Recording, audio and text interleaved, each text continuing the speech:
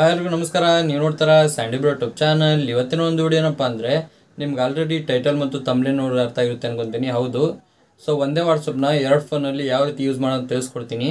So ಒಂದೇ ಅಕೌಂಟ್ನ ಎರಡು ಫೋನಲ್ಲಿ ಯೂಸ್ನ ಮಾಡ್ಕೋಬೋದು. ಅದರಲ್ಲಿ ನೀವು ಮೆಸೇಜ್ ಕೂಡ ಮಾಡ್ಕೋಬೋದು, ಫೋಟೋಸ್ ಕೂಡ ಕಳ್ಸ್ಕೋಬೋದು.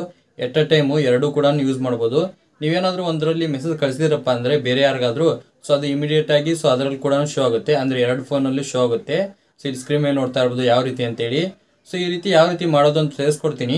ಅದಕ್ಕಿಂತ ಮುಂಚೆ ನೀವು ನಮ್ಮ ಚಾನಲ್ಗೆ ಸಬ್ಸ್ಕ್ರೈಬ್ ಮಾಡ್ಕೊಂಡಿಲ್ಲ ಅಂದ್ರೆ ಸಬ್ಸ್ಕ್ರೈಬ್ ಮಾಡ್ಕೊಳ್ಳಿ. ಹಾಗೆ ವಿಡಿಯೋ ಇಷ್ಟೊಂದು ಲೈಕ್ನ ಮಾಡಿ, ಆಯಿತಾ?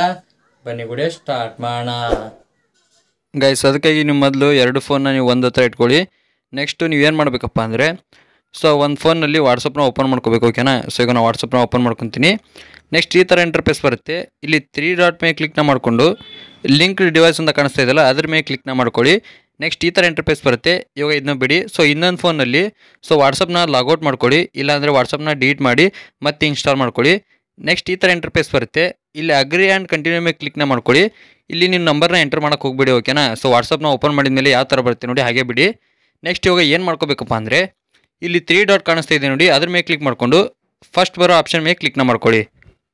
ಅದ್ರ ಮೇಲೆ ಕ್ಲಿಕ್ ಮಾಡಿದ ಮೇಲೆ ಸೊ ಒಂದು ಕೋಡ್ ಬರುತ್ತೆ. ಸೊ ಇವಾಗ ಏನು ಮಾಡಬೇಕಪ್ಪ ಅಂದರೆ, ಇನ್ನೊಂದು ಫೋನಲ್ಲಿ ಇರುತ್ತೆ ನೋಡಿ, ಅಲ್ಲಿ ಗ್ರೀನ್ ಕಲರ್ನಿ ಲಿಂಕ್ ಡಿವೈಸ್ ಅಂತ ಕಾಣಿಸ್ತಾ ಇರುತ್ತೆ.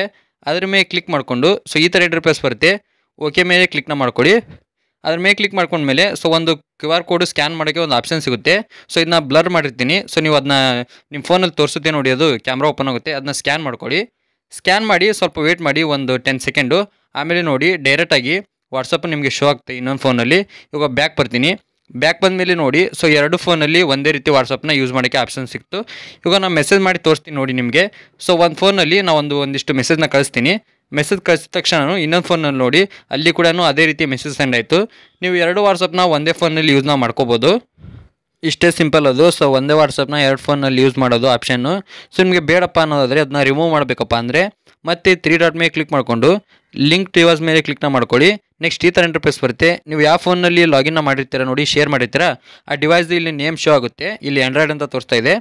ಅದ್ರ ಮೇಲೆ ಕ್ಲಿಕ್ ಮಾಡಿಕೊಂಡು ಸೊ ಅದ್ರ ಮೇಲೆ ನೀವೇನೋ ಕ್ಲಿಕ್ ಮಾಡ್ಕೊಂಡ್ರಪ್ಪ ಅಂದರೆ ಇಲ್ಲಿ ನೋಡಿ ಲಾಗೌಟ್ ಅಂತ ಒಂದು ಆಪ್ಷನ್ ಸಿಗುತ್ತೆ.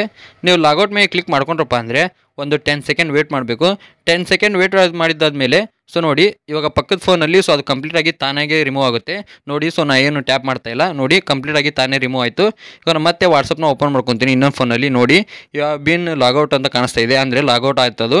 ಸೊ ಮತ್ತೆ ನೀವು ಹೊಸದಾಗಿ ಮತ್ತೆ ಲಾಗಿನ್ನ ಮಾಡ್ಕೋಬೋದು. ಸೊ ಇಷ್ಟೇ ಸಿಂಪಲ್ಲಾಗಿ ನೀವು ಲಾಗೌಟ್ನ ಮತ್ತೆ ಲಾಗಿನ್ನ ಮಾಡ್ಕೋಬೋದು.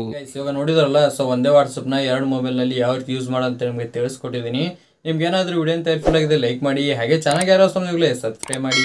ಮತ್ತೆ ಮುಂದೆ ಸಿಗ್ತೀನಿ. Thank you for watching. Love you all. Bye.